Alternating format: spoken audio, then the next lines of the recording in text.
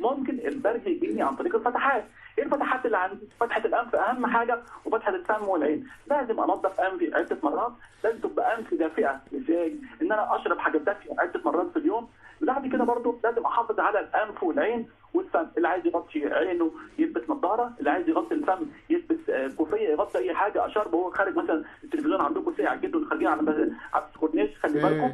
بعد كده طيب. كمان في نقاط ضعف. بالرغم من كل ده نقاط ضعف، ممكن يجي الطفل مثلا عنده حساسيه وبعدين لابس كويس جدا ولابس شراب ورجله ساقعه. يبقى نقاط الضعف الموجوده في بعض الناس عندهم مشاكل في الدوره الدمويه، عندهم سوء تغذيه، عندهم اي نوع من الاهمال في السابق، نقص مناعه. بيبقى القدمين نمره واحد انا ابتديت بيها، بعدها الانف، ثلاثه الاذن، بعدها الرقبه، وبعدها اليدين.